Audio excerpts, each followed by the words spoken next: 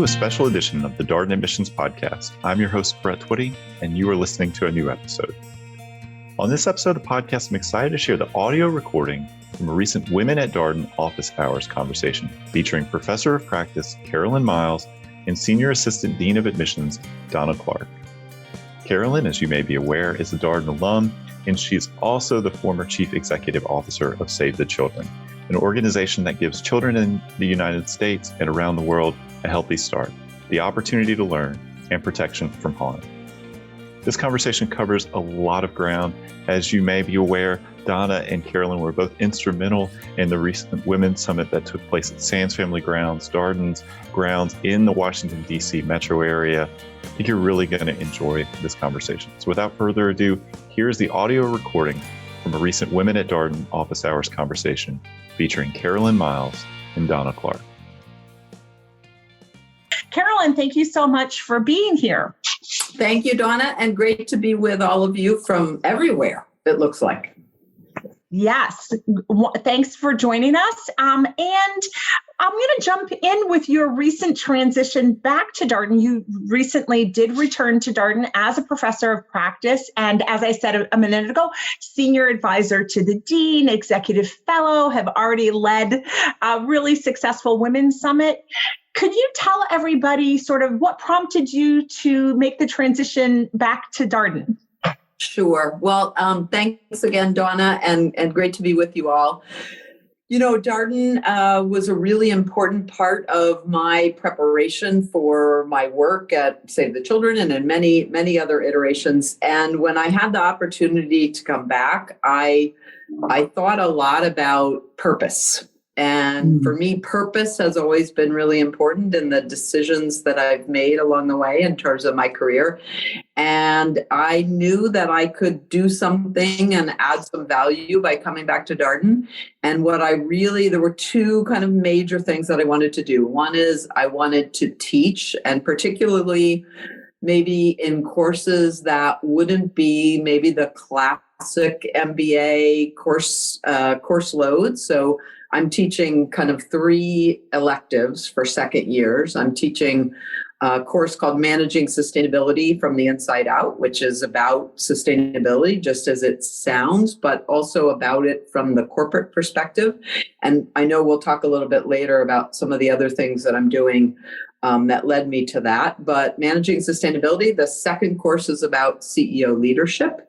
And so having had the opportunity to be a CEO after leaving Darden, I wanted to help students understand a little bit what that's about. And I teach that with the dean, which is really fun.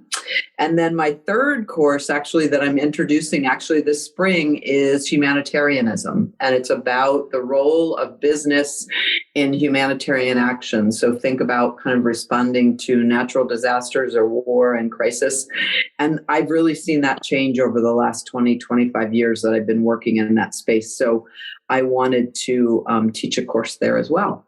And then the other thing I really wanted to do was drive more diversity at Darden. So that's all the work, and we'll talk, I know, about the work with the Women at Darden initiative. Yes. But I think super important to bring diverse people to Darden to experience the unbelievable education that you can get there and then go off and change the world. So, yeah, and we're so grateful for your leadership and passion for that topic, for sure. And I'm going to definitely ask Carolyn about the Women at Darden initiative, but just staying on the theme of wanting a job, a position, a career with purpose.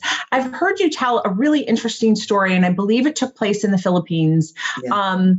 A moment that you experienced that led you to reach out to Save the Children. I was wondering if you could share that story with the participants. Sure. So it was during my time in Asia, and I ended up getting an opportunity through American Express, which was my first job after Darden, to go to Hong Kong and to work there in Hong Kong, which was a fabulous experience. And while I was there, I had 2 of my 3 kids while I was living overseas in Asia. And we were traveling in the Philippines on a vacation, going to a very nice hotel in Manila from the airport. And I know there's somebody from the Philippines on the on the Zoom today, but when you drive from the airport to Manila, there all along the drive are these very poor communities, basically people who are living in shacks along the sides of the highway. And at the stoplights, typically somebody comes up and knocks on the window and asks for money at the stoplights there.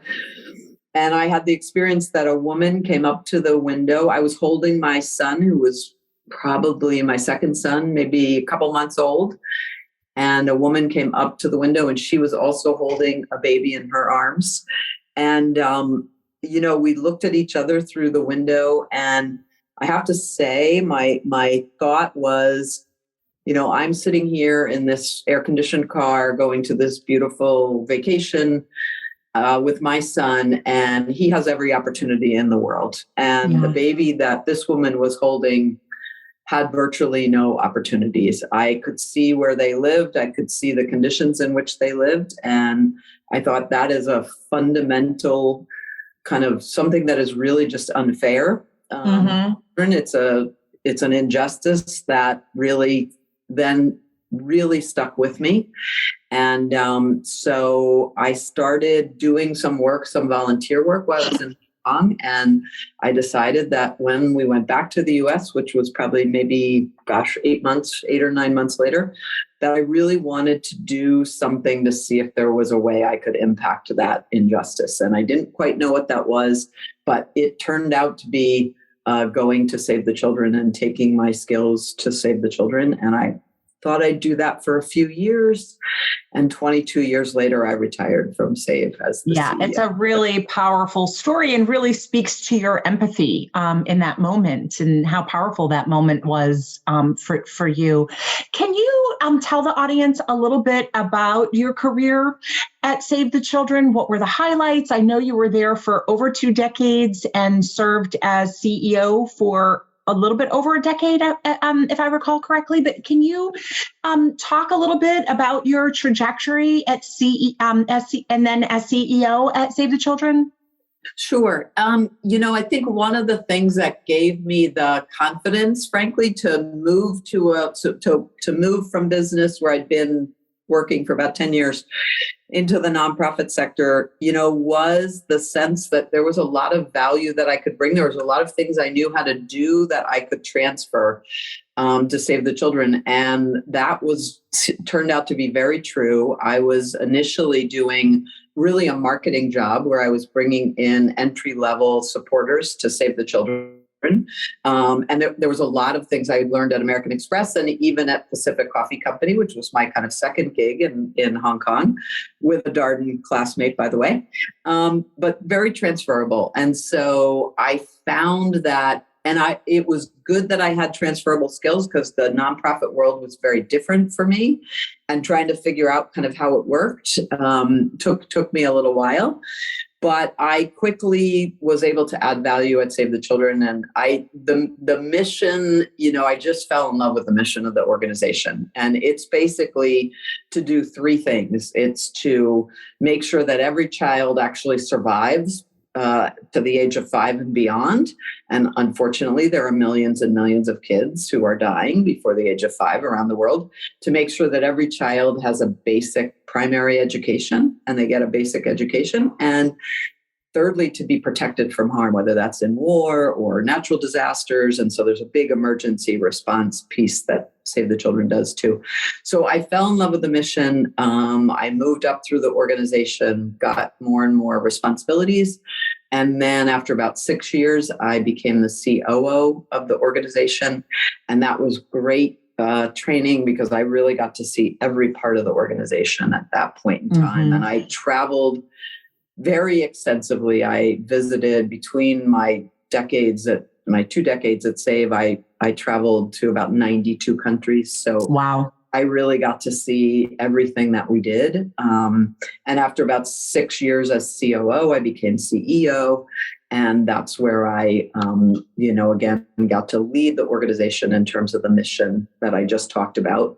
Right. And really found that I was able to really be inspired by the organization and similarly inspire others to really, be there and do all the really great work that we could do. Yeah. And had many stories to tell about the many, many travels that I took and the many things that I did. But really, continually kind of went back to some of the things I learned at Darden, actually.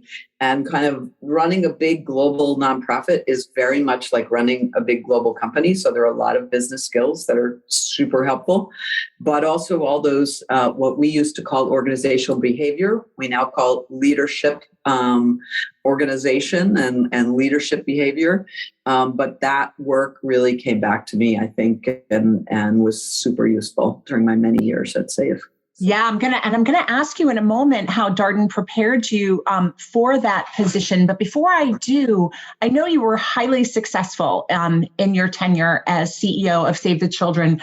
What are some things that you're particularly proud of? If you had to just mention a couple of things, for example, I know you were a highly successful fundraiser, for example. I don't know if that would emerge on your list, but what are some things that you're particularly proud of all the things you did there? Yeah, I think the growth of the organization was really important. And it's important, and I'll tell you some things about how the organization grew, but it's important not for growth's sake or, the money or the revenue or any of those things. It's important because the way that Save the Children made a difference was by impacting children and families. And the bigger the organization was, the more impact they could have. And so by the time I left the organization, we were reaching about 130 million children every year. And so the ability to do that was what was really important.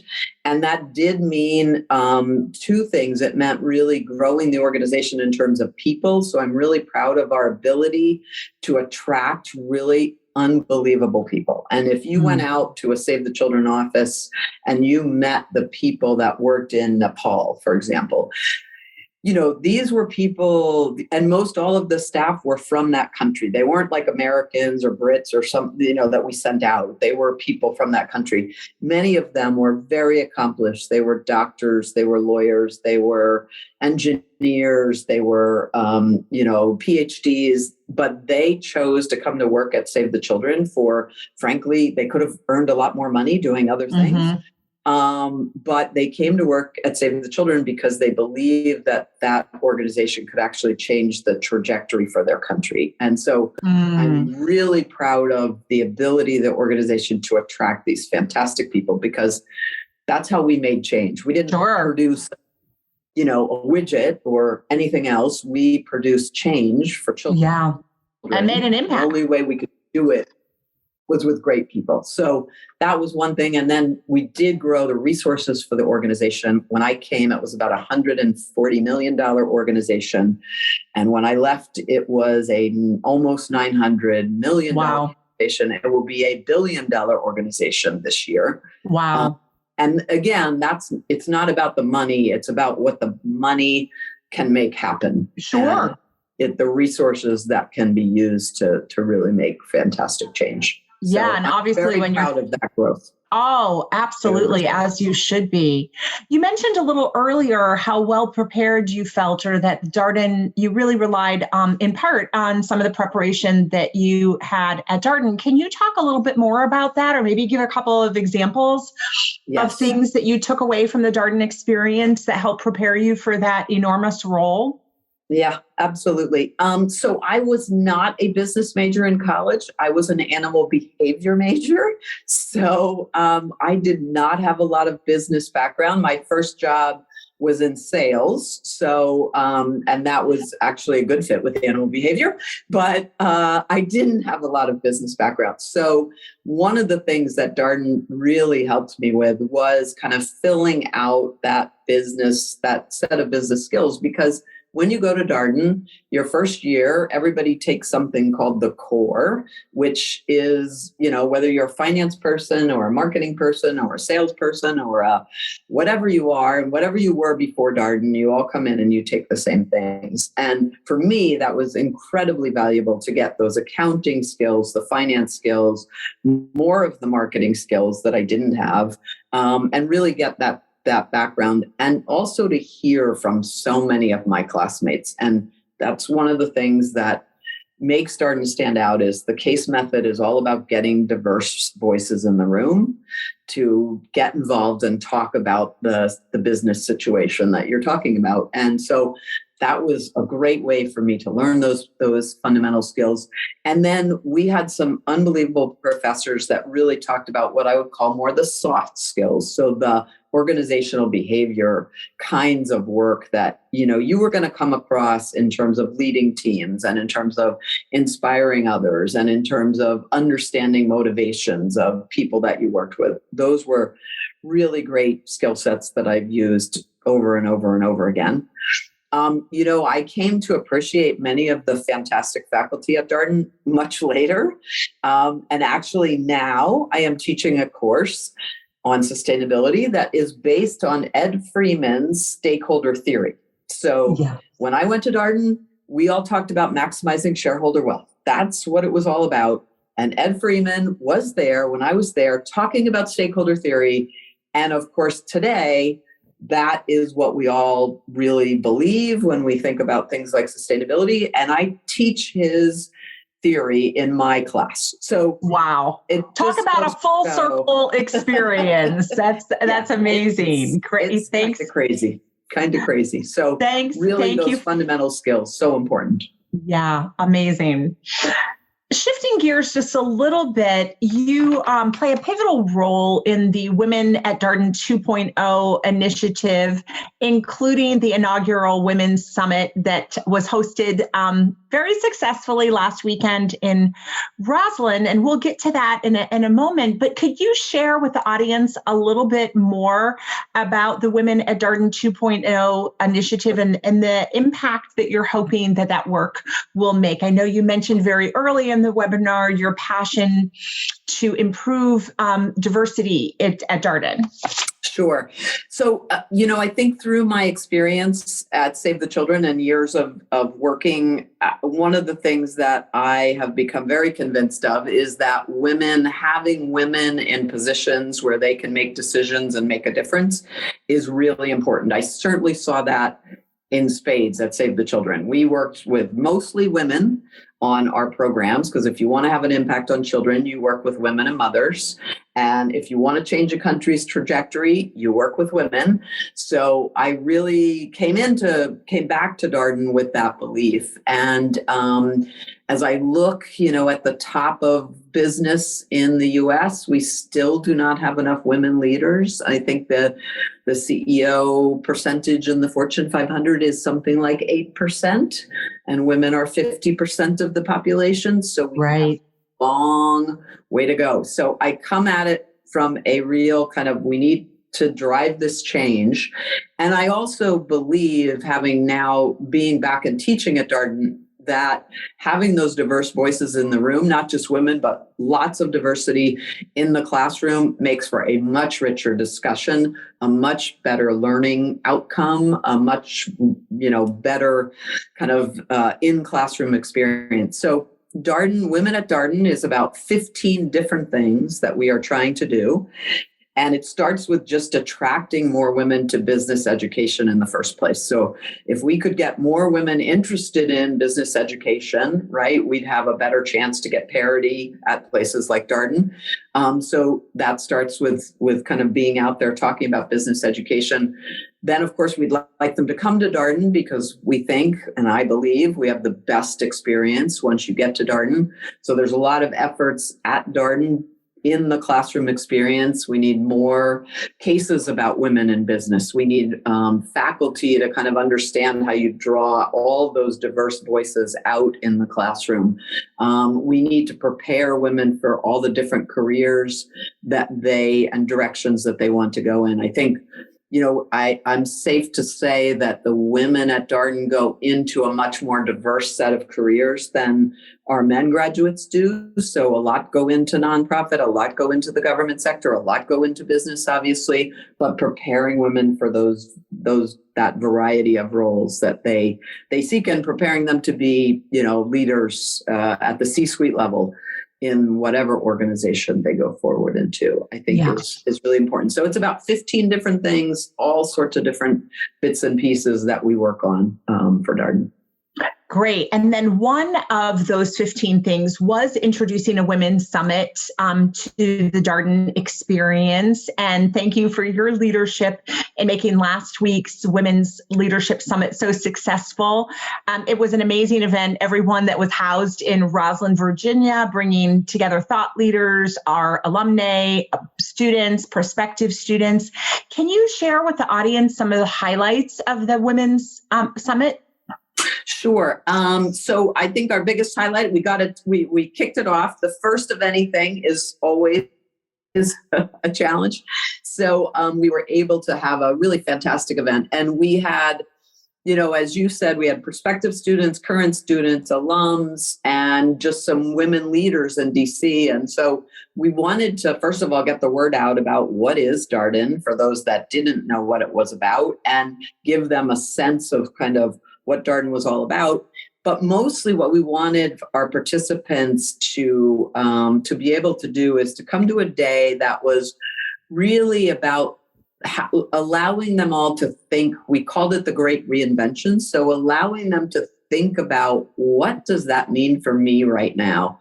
The last couple of years has been super difficult for all of us, I think, but particularly for women in the workforce. I think that's been especially hard for women in the workforce. And we all know how much people juggle, and we all know how that load, doesn't fall proportionally all the time on everybody.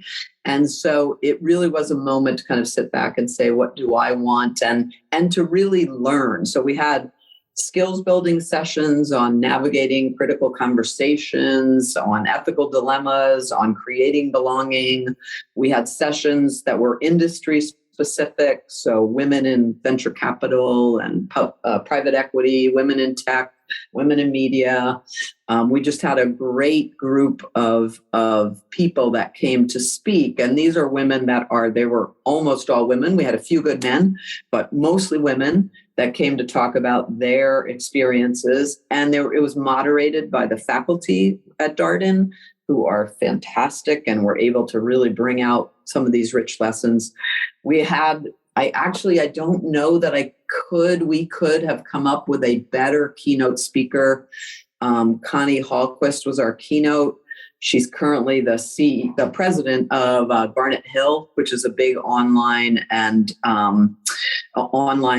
retailer that does home goods and clothing, predominantly women. Their customer base is predominantly women, but her career was a series of reinventions. And she took us through what that was like and how she made those critical decisions and why. And, I think one of the messages I took away, and which I actually really believe, is that none of us can actually totally think about where at each step of our career. We can't totally design our career. We have to be having those things that guide us, and then we have to make decisions kind of each step of the way. And I think she was a great example of that. She's had a fantastic career, but she said, and I believe her because I would say the same thing, if I had sat down 20 years ago or 25 years ago to tell you these are all the things that I would do in life,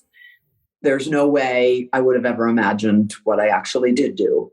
And so I think that was also a good lesson, especially I know that, many of the women and men, there's probably a few men on the call too. Many of you are at a stage where you're thinking about what next. And so I guess one piece of advice I would give you is don't try to plan it all out for the next 20 years because it'll never turn out that way.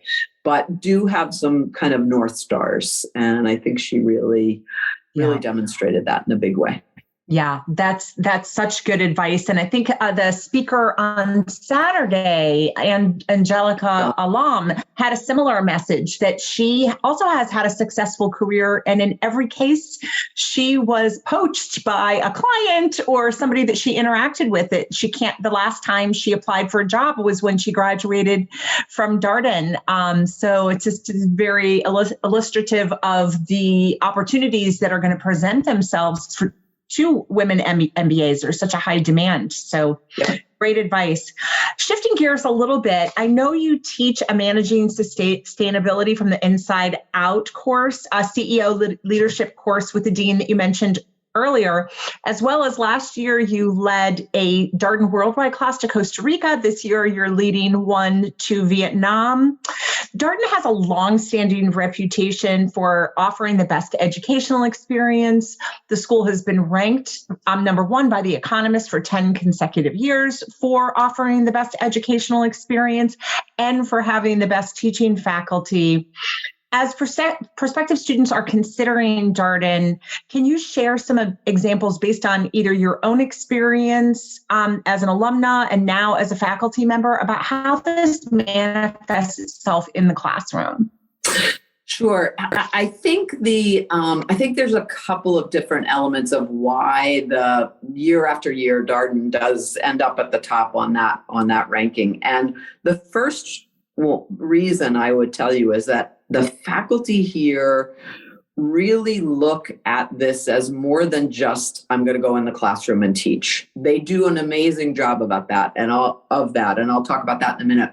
But they look at their job as, I am here to make sure that students are as successful as they can possibly be. Part of that's what we do in the classroom, but a big part of that is what happens outside the classroom. And if you look at the engagement of faculty at Darden in all sorts of ways, whether that's working with students on an independent study, whether it's they're a faculty advisor for a student club, and we have so many clubs here at Darden, whether it's going to events where students, staff, and faculty are all invited to participate.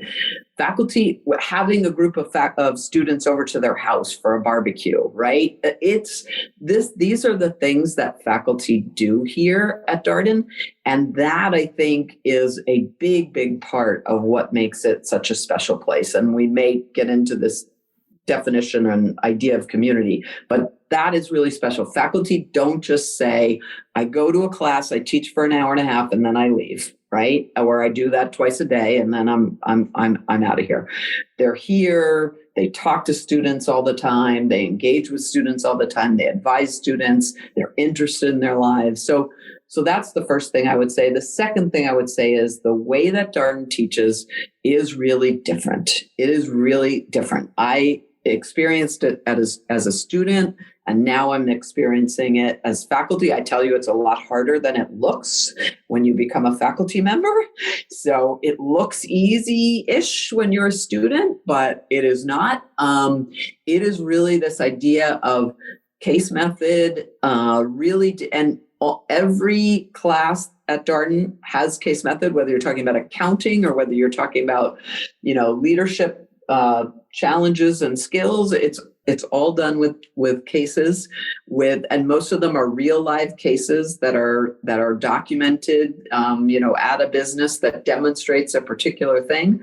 And it is about the discussion that happens in the classroom. And I can tell you as a professor, you kind of start out by saying, gee, I hope we get to these 5 points.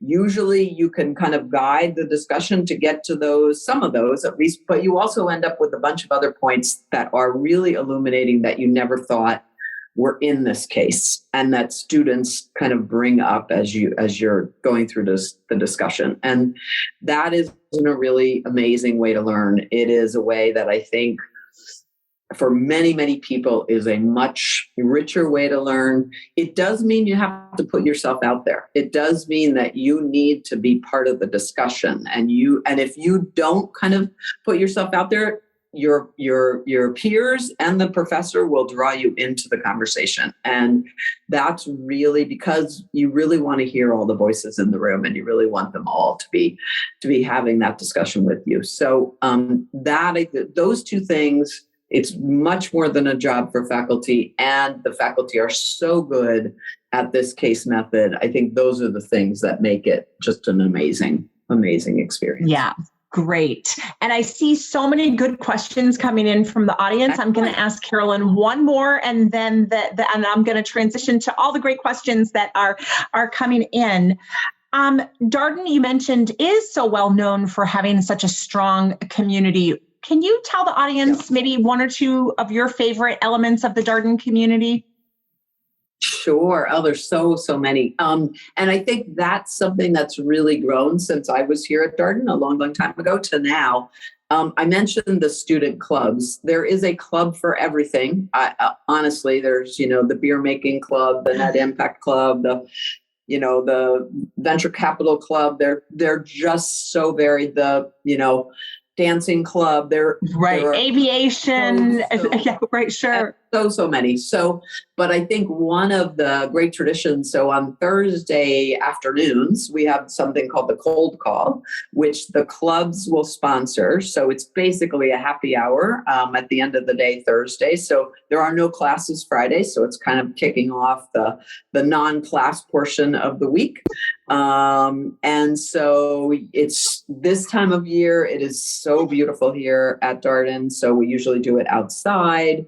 And the clubs organize it. They set up beverages and food that, might have something to do with that club, dancing, whatever. So it's just an opportunity for, staff, faculty, students to just gather and kind of just have a nice time at the end of the academic week. So that's one. Another one would be there's a club that is really all about community service here at Darden. So I particularly love that one. So they go out and they work with various nonprofits in the Charlottesville community. So this is to try to get out to the bigger community of not just UVA, but what does Charlottesville look like, and what are some of the challenges that people here in Charlottesville, just like everywhere else in the world, there are people really struggling with very basic needs here in Charlottesville. So Darden has a club that goes out and lends really their business expertise to these nonprofits, for the most part, nonprofits. And I love that club, and I love kind of what they do. And they have an auction every year. That particular club has an auction every year, and they raise money, and then they use that to really do work for various nonprofits. So those are just two of there's a gazillion. Yeah, I know there's so many to choose from, but thanks for sharing those. Great. Well, I'm going to transition to some questions from the audience. And there's a great one from Harsha, who says, "Hi, Carolyn. So nice to meet you and hear about your amazing accomplishments." Her question is, how did the Darden Network help you while you were at Save the Children? So great question. I'm going to give you, the Darden Network didn't just help me at Save the Children. The Darden Network helped me, I would say, in every step of my journey. So starting with, helping me land a job at American Express, which led me to Asia. The second thing I did in Asia was I worked with a Darden classmate who had started up a coffee business. And he said, "Why don't you come and do this with me, and we'll see kind of how it goes." So I was in a startup, and I did that for about 2.5 years. And we went from one store when we started to about 27 coffee shops in Hong Kong. So that was an amazing experience. When I came back to the US and I went to Save the Children, it was through a Darden connection that I met somebody at Save the Children. And then during the time that I was at Save the Children, during that 22 years, I had many interactions with Darden. I had students who came and worked with Save the Children on projects. I had people who came and worked for Save the Children full time. I was sitting on the board at Darden for many of the years that I was working at Save the Children, had a lot of valuable connections from that board experience with alums, with lots and lots of people. So Darden has been this kind of constant presence, I would say, through my life. Yeah, that's the network is amazing. So, and whenever I went out to a Darden alum, usually I didn't know them, but I would ask them for help and, did they know this person or did they know that person or, would they be interested in coming and working on this with Save the Children? I always got a response. Like Darden alums are great in terms of, and the Women in Leadership Summit. I mean, we had something like 25 alums that came and spoke at that summit and they didn't know me. This was the first time we'd done this. They were like, absolutely, I totally want to do this. So, yeah, that's a great example. And one of the themes that I loved in the sessions that I attended was just the consistency of the theme of the importance of women supporting other women. Yes. I thought that was a resounding theme and reminder to put energy and effort into that. There's a great question from one of our male participants, Alejandro, who says, "Hi, Carolyn. Thank you for hosting this session. I'm kind of new to this type of session, but I'm interested in being an ally and to help promote more equality in the workplace. What suggestions do you have for men so we can have a bigger impact in favor of women in business?"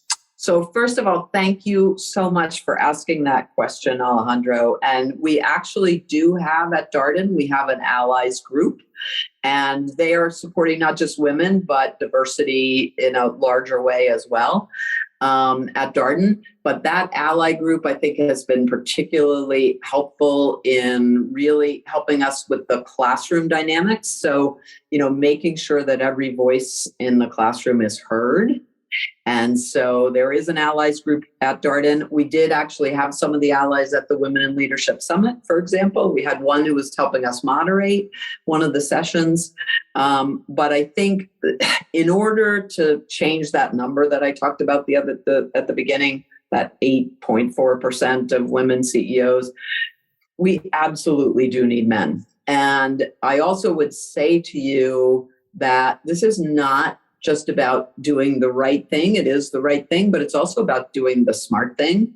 Having worked in lots of different organizations, I can tell you that the decisions that come out of a room that is diverse in terms of the people around the table who are making that decision, those are better decisions. Those are going to be more successful for your business or your organization. So there is a lot in this for men. And so I would just say thank you to those that are interested in doing that. And there are absolutely spaces for you to participate in an allies group at Darden. Yes. And double thanks, Alejandro, for the question. Shifting gears a little bit, there's a question about what specifically led you to select Darden as your school of choice. Yes. So I think for me, and it was a while ago, but there were a couple of things that really were important as I made that decision. And I did apply to a bunch of places and got into a bunch. But I chose Darden because of two things. One is I spoke about three things, I would say. I knew I needed more of those business fundamentals. So that was important for me. That was an important part of the choice.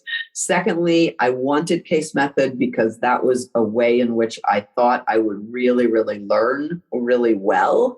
And that I was interested in going that direction. And third, like many of you, you're probably thinking about, I know I kind of want to make a pivot.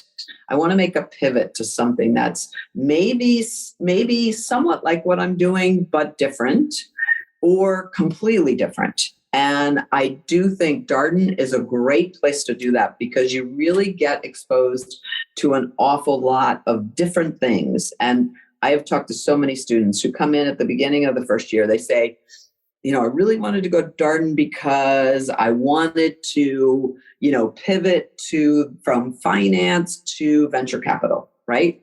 And then you talk to them at the end of the first year and they're like, oh my gosh, I don't want to do that anymore. Now I know what I really think I want to do. And they're going to test it out that summer is I want to go into marketing. Like that's what I have decided I really want to do. So I think one of the great things about Darden is it does give you the opportunity to look at a lot of different things. It gives you a summer to do something maybe different from what you've done. And you can make those pivots. Not everybody wants to make a pivot, but there are a lot of people that come to Darden and to business school that want to do that. Great. Thank you so much. I have a question from Cabell, and this is a big question. So Carolyn, if you need to take a drink of water or something, feel free to do so. Okay, great. We've been firing away so many questions, and there's more in the chat to come. What is the best advice that you have for women? Advice or pearls of women, but pearls of wisdom for women specifically as they navigate the business world? Yeah. So I think this is, and I think our keynote said this too. I am a believer, having a family and, children and a career and all those things. I am a believer that you can do all of those things, but I think you do have to think about kind of what's most important to me in this next step. So I talked about kind of navigating those next steps, and I think it's important to take into consideration everything in your life as you navigate those next steps and really think about, is now a time that I want to prioritize, this, my career over my personal life, over my family. And it's okay. I think it's really important for women to hear this message. It is okay at times in your career to do that. And it is okay to say, now I'm not going to do that, right? I'm not going to prioritize my career right now, or I am going to prioritize my career right now. One thing that I think is super important is choose the right spouse.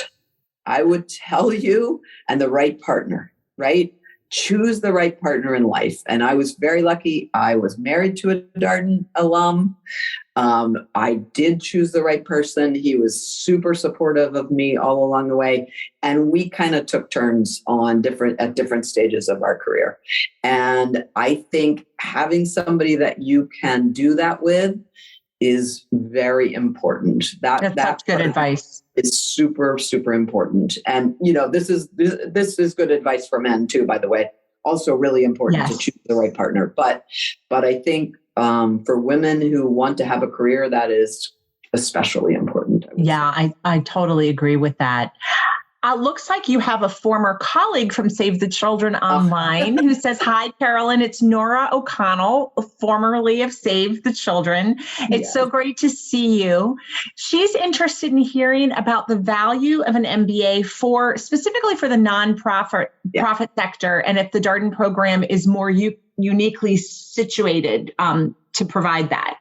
Well, hi, Nora, and you and I could talk more about Darden offline too. I think one of the great things, and Nora's question is reminding me of this, one of the great things about Darden is that there are different ways to get your MBA. So this is not just about give up 2 years, give up 2 years of your career, go do the residential experience in Charlottesville and do it that way. There are now, and Roslyn is the place where we do these other formats. There is an executive MBA. Those are typically folks that have been out and working for a longer period of time. There's a part-time MBA program in Roslyn as well. And there's the full-time residential piece. So the good news is there are different ways to get your MBA at Darden. There's not just one. And I think for the nonprofit sector, there is a lot of very applicable skills that you're going to use. And so we have more and more people at Darden, I would say, going into many more than when I was at Darden, going now into the nonprofit sector. And I think that skill base is really, really useful for nonprofit executives as well as the for-profit world. I just think there's a lot of, and certainly my experience at Darden or at Save the Children taught me that there's a lot of things that were very applicable. So I would definitely urge you not only to look at kind of what all of those different versions of the Darden MBA offer, but really thinking about where do you want to go next in terms of whether it's nonprofit or for-profit, and how can getting an MBA really help me do that. Yeah, great. Nora, and I'm going to Nora, jump. Yeah, that's a nice connection there. I'm going to toggle back to one of my questions since it's related to the topic that Nora brought up. You're introducing, as you mentioned earlier, a new class on humanitarianism theory and practice this spring. Can you tell the audience more about that class and what an exciting innovation in the curriculum? I think students are going to be so excited about that option. Sure. Well, I think one of the things that I saw during my time at Save the Children was how humanitarian action, or the response to whether it's a natural disaster or a war and crisis, how much that has changed in terms of the ecosystem of kind of how that was done. And when I first started at Save the Children, if we had business partners, they were mostly just, they were going to give Save the Children some money, right? So there was a big emergency. They would give Save the Children money, and they would be like, go off and do whatever you're going to do. That really changed over the 20 years that I was there to really much more about what are the skills that business has that we really need when it comes to helping people that are impacted in a huge hurricane, right? We need logistical skills. We need skills that are really about, communications and making sure that we need technology. We need to implement technology solutions so people who are, trying to find a place where they can stay, a safe place to stay, or it's a refugee that's crossing borders. You want an app that's in their hand that they can actually look at to know, like, where's a safe place to go? How do I get there? What's the route? So there is just a big change, a big change in the engagement. So it's really bringing that humanitarian action piece to kind of current day. And what does it look like now with corporate, with social entrepreneurs, with innovation, with technology, and with companies? And what should it look like in the future? That's kind of where we end the class. What's the new model? So we'll see. I think I find out in a couple of weeks how many students I have signed up. So yeah, I have a feeling it's going to be very popular. There's another question that I think is really an interesting one. As you grew up and during your time at Darden or in your life, did you have any particularly pivotal female role models that you looked up to in your childhood or young adulthood? Definitely. So, I think it starts with my mom. So, my mom went back to work so there were four of us. My mom went back to work when my littlest brother, so she was a stay-at-home mom for most of the time that I was a kid, but I had a brother that was like 7 years younger than me. And when he kind of got into school, she decided she was going to go back to work. And, she had been a stay-at-home mom for all of that time. And she was like, I'm going to go back. She went and got a real estate license. She became a real estate agent. She was super successful at doing it. And that was probably my first role model in terms of, and talk about reinvention. It was another kind of example of reinvention. And I thought this was, really super interesting. So that was probably my first one. My second role model was not a woman. It was a guy. And he was, I think a lot of times we don't realize how great our bosses are until later. And we look back and I realize now what a great boss he was. And I talked to him about business school, and he was like, that is a great opportunity for you to because I wanted to do marketing, and he said, you could spend the next 5 years here. And, he said, I would love for you to stay here. I would really love for you to stay here because you're great at what you're doing. But really, if this is what you want to do, this is a better, faster way to do it. And, you should look at business school. And so that was great. I don't know if I ever would have if I hadn't heard it from him. So nice. So that was great. And then the third one I would point out is one that, again, these were all before Save the Children, where I had many, many role models. And I will mention one at Save. But the first job out of Darden, there was a woman who was a couple levels above me, and she really taught me about boundaries and setting boundaries. And she had kids, and she was very good at separating the boundaries between work and home. And this is family time. This is when I'm going to work. And she was really good at that. And I learned a lot about that. And then I would say the final one was my board chair at Save the Children, who was the the former CEO of Xerox, Ann Mulcahy, was an amazing woman who really helped and was a huge mentor to me in terms of how to get through really challenging, difficult situations when I was the CEO there. So wonderful. Thanks for sharing that. It's so important for us to take time to be role models for others and to look for those role models in our lives too. Those are some great examples. There's a great question in here from Courtney who says, thank you so much for taking the time to speak with us today. Since you graduated from the program, how have you seen Darden evolve? And the second part of the question is, what traditions are core to Darden and will always stay the same? Yeah, so I have a great story about that second part of the question. So there is a fantastic tradition at Darden called First Coffee, which is when people gather to have coffee, free coffee. Faculty come, staff come, students come, and it's just a time to gather for 10 or 15 minutes between classes, and particularly great for first years because they really get to see other people that are not in their section and they get to have free coffee. But we are reinventing that tradition because we have been using paper cups at First Coffee. And as the person who is driving the sustainability strategy at Darden, I'm like, we are not going to use paper cups anymore. And so now we all have our reusable cups. I was going to get my cup and show you. So we all have our reusable cups at Darden, and we now take our sustainable cups to First Coffee. So that is a good example of a great tradition, but one to bring up to present day. Right. What a great example. Yeah. So that's a really good example. So what are some of your favorite things about Charlottesville? Oh, Charlottesville is a fantastic town. And that is something that's really changed, I would say, since the time I was here, based on that last question. It has become, I think, so much more of a community. So my favorite thing about Charlottesville, I guess there are two, there's so many, but one that I will talk about is there's a pedestrian mall in downtown Charlottesville, and it is full of live music opportunities, great restaurants, bars, coffee shops. It's just a great, great space. And if you go down to the mall on actually most any evening, especially if the weather's nice, but definitely on the weekends, you will see you'll see students there, you'll see members of the community, you'll see faculty.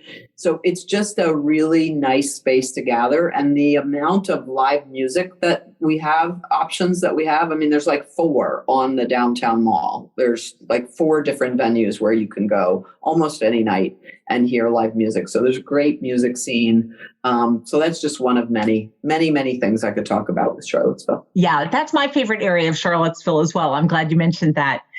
Last question, and then we'll close down the webinar. What are you most excited about regarding, initiatives, or as you think about Darden in the coming years? What are you most excited about? I think what I'm most excited about is, first of all, I do think we're making real progress on the diversity at Darden, and not just women, but also people of color. I think that's super important. And I do see the wheels really, the flywheel is really in motion there. And that really excites me a lot. I also think you touched on the Darden Worldwide courses. Yeah. And I think the ability, COVID has obviously restricted us a little bit in our ability to do global work and to give students global experiences. The Darden Worldwide courses are great. They're kind of 10 days to a week, immersed in another culture and doing a particular focus on some aspect of business. They are great. I think in the future years, we're going to be able to do even more on the global side. So I am looking forward to that too. As a globalist, yeah. I would love to see that. And you went to Costa Rica last year. Can you tell everybody just a little bit about that class? And I know you're transitioning and going to Vietnam, a place that you have a lot of expertise this spring. Yeah, so I took 31 students to Costa Rica last March, We were studying sustainability, which if anybody knows much about that topic, Costa Rica is always kind of at the top in terms of countries making progress for sustainability. So we met with government, we met with businesses, we looked at kind of the ecotourism industry in Costa Rica. We had some fun for sure.